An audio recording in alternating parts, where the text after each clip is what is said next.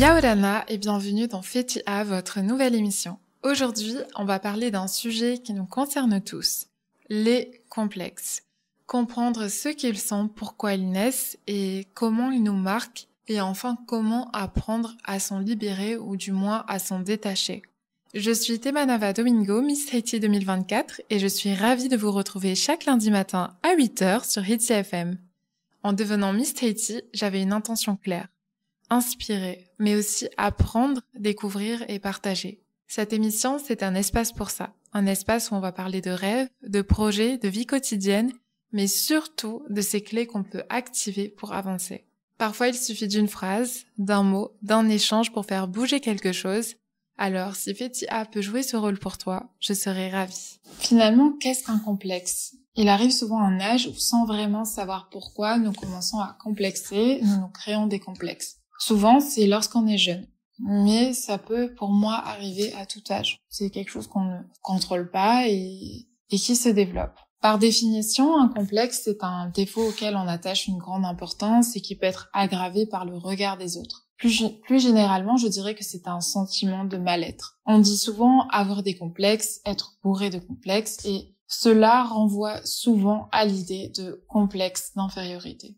Je pourrais encore développer cette définition et me baser sur des définitions de grands philosophes, mais voilà, on va rester sur ça. L'idée là, en fait, c'est de parler librement de ce sujet et de pouvoir mettre des mots sur certains blocages, sur certaines choses qu'on vit tous au quotidien. Des complexes, nous pouvons en développer tout au long de notre vie, mais souvent, c'est à l'adolescence que ça commence.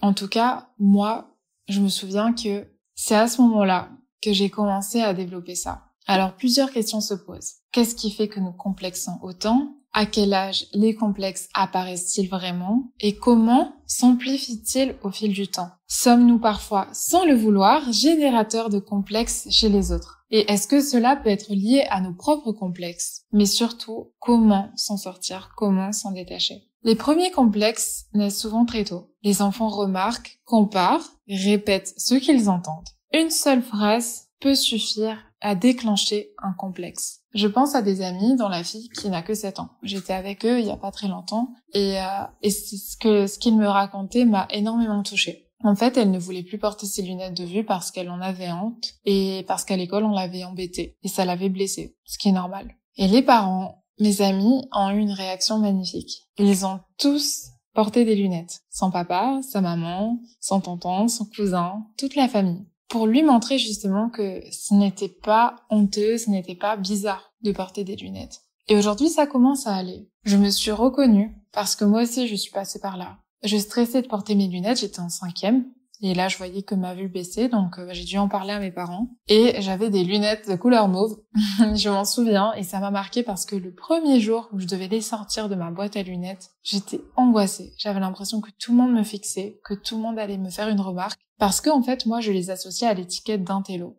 C'est un complexe qui touche pas mal de personnes. Et souvent, quand on en parle, les gens nous disent « Oh, mais je comprends pas, pourtant c'est trop stylé d'avoir des lunettes, c'est trop cool d'avoir des lunettes. » Sauf que quand t'es à l'école, il y a cette fameuse étiquette, et d'ailleurs je me demande qui l'a inventée, mais c'est une étiquette qui enferme, parce que tout de suite tu mets des lunettes, t'es un intello. Alors qu'en fait ce n'est qu'un outil pour mieux voir. Mais cette différence devenait un mystère et une source de jugement. Parce que oui, t'es la seule personne dans la classe qui porte des lunettes. Et je me souviens de mon état, j'étais complètement stressée, je ne voulais pas sortir les lunettes. Je les ai mises et en fait, je ne voulais pas regarder autour de moi parce que j'avais peur du regard des autres. Et encore une fois, ce n'est que des lunettes. Mais la pression que je ressentais par rapport aux autres était énorme. En fait, quand on est jeune, on ne comprend pas toujours. Alors on fait ce qu'on connaît, ce qu'on voit autour de nous. On compare, on juge, on répète. Ça, c'est ce qui se passe quand on est jeune.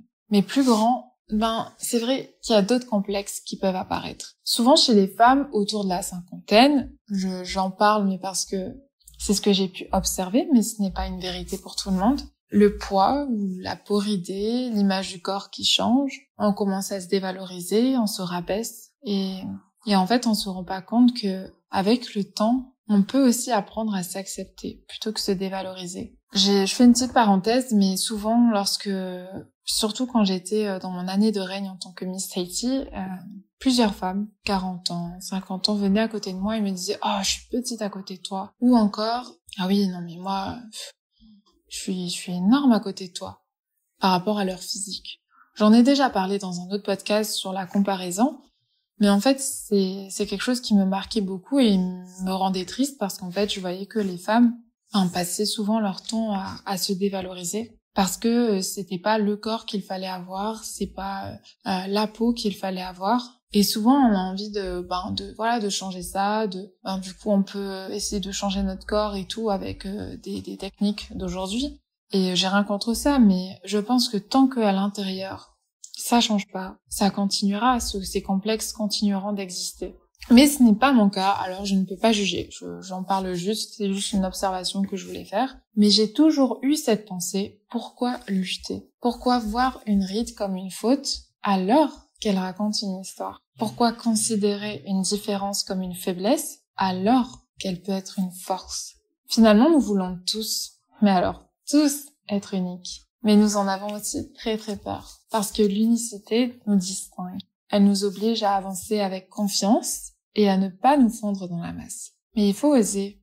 Il faut oser être authentique, il faut oser être soi. Et je le dis aujourd'hui avec beaucoup de recul et avec un peu de nostalgie. Peut-être que la nostalgie, c'est pas le bon mot, mais parce que je me souviens de moi avant avec mes complexes. Évidemment, je sais qu'il y a une échelle et que nous avons tous notre propre échelle par rapport à nos complexes qui est plus compliqué ou pas à vivre pour nous. Mais pour moi, oui, porter des lunettes, c'est un complexe. Ma taille, c'est un complexe. D'ailleurs, c'est surtout sur ce point c'est le prochain point que je souhaitais aborder, c'est mes complexes, mon vécu personnel.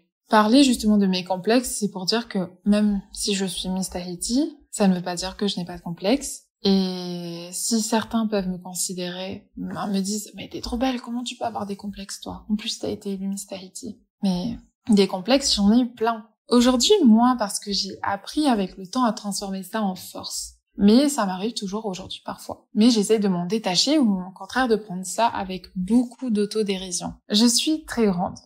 Je fais 1m81. Et depuis le collège, alors en 5e, je crois, ou en 4e, je faisais 1m75 déjà. Et j'ai entendu au moins 5 à 10 fois par jour, et ça c'est pas pour exagérer, parce qu'il y avait à l'école et au magasin, quand je rentrais de l'école avec ma maman et qu'on croisait des amis, de la famille, tout ça, on me disait « tu es trop grande ». Et j'insiste sur ce « trop ». Ce mot-là, il change tout.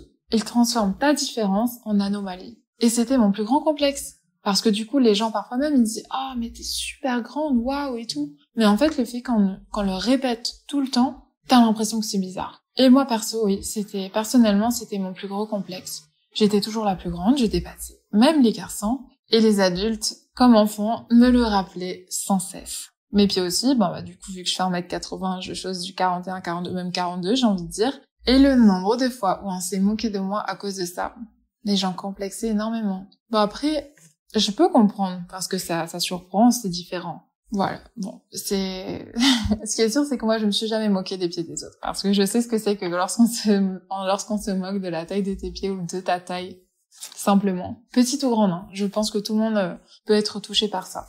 Enfin bon, je faisais tout pour cacher, voilà, ces complexes. Et puis un jour, j'ai juste choisi d'en rire et je me suis dit, alors oui, je suis grande, j'ai de la chance. Moi, quand je suis au magasin, je peux aider les gens à prendre ce qui est sur les étagères du haut. J'ai des pieds au moins et je tiens debout, voilà. Donc en fait, j'ai appris à relativiser. Bon, des exemples comme ça, il y en a des milliers. Mais la vraie question, c'est qu'est-ce qu'on fait de ça? On pourrait passer des heures à parler de nos complexes, des moqueries, des moments gênants. Mais ce qui compte, c'est d'apprendre justement à prendre du recul. En fait, quelque part, c'est compliqué de comprendre quelqu'un qui dit « arrête de complexer, sois toi-même ». Quand en fait, toute ta vie, on t'a appris le contraire, ou toute ta vie, en fait, tu t'es détesté. Mais il arrive un moment où, si une situation nous empêche d'être à l'aise, il faut trouver un moyen d'agir. Même pas, il faut trouver un moyen d'agir, mais c'est est-ce que j'ai envie de changer quelque chose? J'ai envie de changer quelque chose. Est-ce que j'ai envie toute ma vie de rester enfermée dans cette situation ou pas? Parce que le problème, c'est quand le complexe nous empêche de vivre. On veut pas aller à la plage parce que on n'aime pas porter des maillots, parce qu'on n'aime pas quand les gens nous regardent. On n'ose pas tomber amoureuse, parce qu'on a peur de la personne, de ce qu'elle peut penser de nous. On ne s'autorise pas à sortir entre amis. Tout ça à cause d'une partie de nous que l'on rejette. Et c'est aussi là que le harcèlement peut justement entrer en jeu. Parce que le harcèlement, finalement, c'est utiliser les différences pour abaisser. Et aujourd'hui, ça commence de plus en plus jeune. Ça, c'est quelque chose qui me rend triste et qui me choque profondément. En fait, on a normalisé un peu la moquerie. On dit c'est pour rigoler, mais non. Ce n'est pas normal, en fait, de rabaisser quelqu'un pour rire. Ce n'est pas normal de juger un enfant, un adolescent, un adulte, juste parce qu'il est différent. Et ça, c'est important d'en prendre conscience. Les mots ont un poids, ils marquent et ils collent. Et c'est aussi pour ça que je vais peut-être parler de quelque chose qui ne plaira pas à tout le monde. Mais souvent, quand on se présente à des concours de beauté, on nous dit « je dois accepter les critiques ». Alors, je suis d'accord avec ça.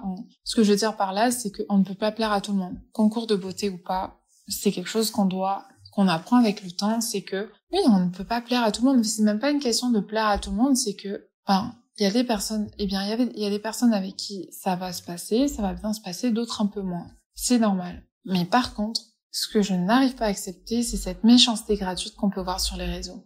Parce que pour moi, c'est pas parce qu'une personne choisit de se présenter à un concours que tout le monde se donne le droit d'être méchant. En quoi critiquer la taille du nez de quelqu'un, de son corps, de ses formes, de sa morphologie apporte quelque chose. Et en fait, je pense qu'il faut distinguer ça, c'est par rapport au complexe, encore une fois, c'est que on ne peut plus normaliser la méchanceté et la critique facile. Pour moi, ça ne devrait pas être acceptable. Parce que souvent, derrière une critique méchante, il y a aussi autre chose, un manque de confiance en soi. Et c'est ça aussi qui m'aide justement à prendre du recul. Quand on ne s'aime pas assez, on projette ça sur l'autre, et c'est plus facile de pointer ce qu'on refuse de voir chez soi. Je donne un exemple. Quelqu'un qui va faire que de critiquer une autre personne. « Ah, mais t'as vu comment elle s'habille, tout ça. Mais elle a vraiment un style bizarre, cette fille. » Quelque chose que j'ai déjà entendu. Alors, finalement, est-ce que cette fille, en fait, le fait qu'elle s'assume, ça te pose pas un problème parce que toi, tu n'arrives peut-être pas à t'assumer aussi? Est-ce que le fait qu'elle soit différente, ça te met mal à l'aise parce que tu n'arrives peut-être pas à accepter ta propre différence? Ce que j'essaie de dire par là, c'est que tout commence par soi. Et le niveau d'exigence que j'ai envers moi-même finit toujours par se refléter sur les autres. Alors pour moi, oui, il faut qu'on se réveille et qu'on arrête de justifier la violence gratuite. Et agir avec plus de respect envers nous-mêmes et envers les autres. Il faut aussi peut-être apprendre à s'aimer. Les complexes existent et c'est normal. Mais ce qui est tout aussi normal, c'est d'apprendre à s'aimer. J'ai parfois l'impression qu'aujourd'hui, si tu n'as pas de complexe, tu es anormal. Comme si aimer la personne que tu es ou t'accepter, c'était presque une faute. Parce que oui, il faut aussi ne pas s'aimer, voilà. Il faut complexer, c'est normal d'avoir des défauts, tu n'es pas parfait, tout ça. Ok. Avant, il y a une dizaine d'années, j'aurais pu lister des dizaines de complexes. Mes dents, mes lèvres, mes cheveux, mon visage, mes pieds, ma taille, ma façon de voir les choses. Aujourd'hui, tout ça fait encore partie de moi. Mais j'apprends à les chérir. J'apprends à ne plus être en lutte avec ce que j'ai la chance d'avoir. Parfois, je me dis, prends un papier, écris tous tes complexes et demande-toi pourquoi, d'où ça vient. Qu'est-ce que je n'aime pas et pourquoi? Fais-le vraiment, prends un papier et essaye de poser tout ça. Parce que parfois, quand ça reste dans notre cœur, dans notre esprit, dans notre tête, en nous, ça nous empêche de voir les choses différemment et de prendre du recul. Étape par étape. Demande-toi d'où ça vient. Et qu'est-ce que tu n'aimes pas et pourquoi? Puis imagine. Et si, justement, ce que tu rejettes était ta plus grande richesse? Et je sais à quel point c'est difficile, je le comprends. Moi aussi, j'ai mis des années à accepter mes cheveux bouclés. On me disait « Oh, mais ils sont incroyables !» Mais en fait, j'étais tellement convaincue et je ne m'aimais pas, mais vraiment, j'étais pas à l'aise. Je me souviens, j'allais à l'école, je lissais mes cheveux tous les matins, j'avais mon lisseur, ça me cramait les cheveux. Et pourtant, le matin, je me réveillais tôt pour lisser mes cheveux, faire mon fameux brushing et pour finalement même pas lâcher mes cheveux. Je faisais une tresse, voilà. Et en fait, je voulais juste paraître normale, avoir de longs cheveux lisses et ne pas avoir des cheveux qui partent dans tous les sens. Parce que je n'arrivais pas non plus à prendre soin de mes cheveux. Mais c'était mon plus grand complexe. Il fallait absolument pas qu'il pleuve ou quoi et que je commence à avoir des frisottis, comme je dis, des frisouilles, des frisottis. Mais en fait, mon système de croyance était tellement fort que quand on me disait « Ah, mais tes cheveux sont trop beaux », je n'y croyais pas. Mais à force d'essayer, d'apprendre, j'ai fini par changer de regard. Et ça a été grâce aussi à une coiffeuse qui m'a aidé justement à voir mes cheveux différemment. Et ça, vraiment, ça a été une libération, mais parce que c'était quelque chose que je portais depuis petite. Parce que je ne savais pas comment prendre soin de mes cheveux bouclés et c'était devenu un très très gros complexe. Enfin bon, tout ça pour dire que nous avons le pouvoir de créer de la fierté, de la joie, de l'amour. De créer de belles choses chez l'autre et chez nous-mêmes. Alors pourquoi est-ce qu'on continue à créer du jugement, de la critique et de la dévalorisation? C'est une vraie question que je me pose et je pense que ça peut concerner tout le monde. Les adolescents, les adultes, tout le monde. Il y a un autre point aussi que je souhaitais aborder, c'est le filtre intérieur. Je discutais récemment avec une amie des insécurités et des complexes. Et on s'est dit justement, souvent, l'autre réveille en nous quelque chose qu'on n'accepte pas chez nous. Et malheureusement, on ne peut pas changer l'autre. On ne peut pas empêcher quelqu'un de juger, mais on peut changer notre propre filtre. Parce que, en fait, ce filtre-là, c'est notre propre regard sur nous-mêmes. L'impact d'un commentaire dépend d'abord de ce qu'on croit de nous. C'est-à-dire que si quelqu'un me dit « Ah, wow, t'as pas trop de style, toi », eh bien, si on est convaincu qu'on a du style, qu'on l'assume, ça aura sûrement un petit impact, mais ça repartira et on s'en souviendra pas. Par contre, si moi-même, je suis pas à l'aise avec ça, ça va amplifier mon sentiment de mal-être. Et parfois, un simple mot, un commentaire mal placé, prononcé par quelqu'un qu'on ne reverra jamais, peut nous marquer toute la vie. Mais finalement, est-ce qu'on veut vraiment remettre notre valeur entre les mains d'une personne qui ne nous connaît même pas? Et c'est quelque chose que je me dis, c'est que moi aussi j'ai reçu des commentaires mal placés par des personnes que j'ai vues 2 fois dans ma vie, notamment sur ma taille. Et en fait, je me dis, mais à quoi ça me sert? Est-ce que vraiment je vais passer toute ma vie avec ce petit commentaire? Non. Mais ça a aussi été un choix personnel de me dire, ok, non, en fait, je change les choses. C'est pour ça que j'ai décidé de faire un concours de mannequins. Pour voir, en fait, parce que dans ce concours, tout ce que je considérais comme défaut, j'en avais parlé dans le podcast, je sais plus lequel, mais devenait une force. Et c'est vraiment ça que j'essaie de transmettre ici, c'est que ce n'est pas toujours un défaut. Ce qu'on considère, enfin, le complexe, tout ça, c'est pas toujours mauvais. Pour nous, oui, mais pour quelqu'un d'autre, ça peut être un vrai trésor. Et ça, je le dis parce que je le vois chez d'autres personnes. Des fois, il y en a qui me disent, ah, je complexe trop de ça. Je me dis, mais comment c'est possible? Ce que tu as, c'est juste magnifique. Enfin bon, tout ça pour dire que, voilà, il y a ce filtre intérieur qui, pour moi, est le plus important. Il y a aussi ce système extérieur qui alimente nos complexes, les normes sociales, les critères de beauté et surtout les réseaux sociaux. Combien de fois avons-nous ressenti de la honte en nous comparant à une photo retouchée ou à une vie qui n'existe même pas? Ce qui est un complexe pour toi, encore une fois, peut être un trésor pour quelqu'un d'autre. Alors arrêtons justement de toujours alimenter ce système extérieur, toujours regarder à l'extérieur et commencer à revenir à l'intérieur. Pourquoi est-ce que je n'aime pas ça en moi? Est-ce que ce rejet vient vraiment de moi ou bien uniquement de l'extérieur? L'idée là, en fait, c'est de se dire que tout ce qu'on regarde à l'extérieur, et ça, j'utilise souvent cette métaphore, mais parce que je disais à une copine l'autre jour, imagine, moi je suis une hibiscus bien rouge avec des dégradés orange, voilà. Et elle, c'est une tiare Tahiti, une belle tiare Tahiti, plein de pétales. Si je passe mon temps à regarder sa tiare Tahiti, je me dis, bah, mais ce que j'ai, c'est pas incroyable. Donc je passe mon temps à regarder ce qu'elle a, elle.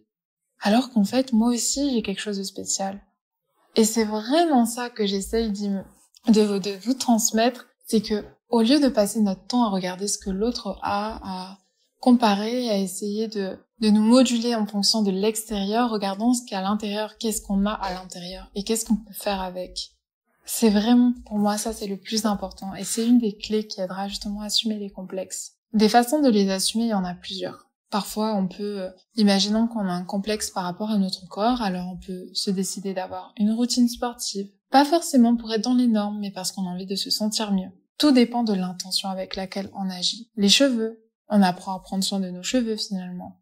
Je ne connais pas tous les complexes du monde et je pense que je ne parle que d'une infime partie des complexes qui peuvent exister et certains peuvent être très très durs à porter, parce que des fois ça ne dépend pas de nous, ça peut être un handicap et ça je peux le comprendre aussi, mais je sais à quel point c'est difficile pour chacun, qu'on n'a pas tous la même facilité, qu'on n'arrive pas toujours tous à transformer nos complexes en une force. Mais pour moi, c'est le plus beau cadeau qu'on puisse s'offrir, c'est vraiment de se dire que ok, j'ai ça, mais qu'est-ce que je fais de ça? Est-ce que justement je passe mon temps à m'en vouloir, à être en lutte, ou au contraire j'apprends à faire fleurir ce que j'ai? Donc je pense que aujourd'hui, je parle de ces complexes, de tout ça, pour accepter peut-être, qu'on apprenne à accepter nos complexes, mais surtout à s'en libérer. Un complexe ne doit pas t'empêcher de vivre.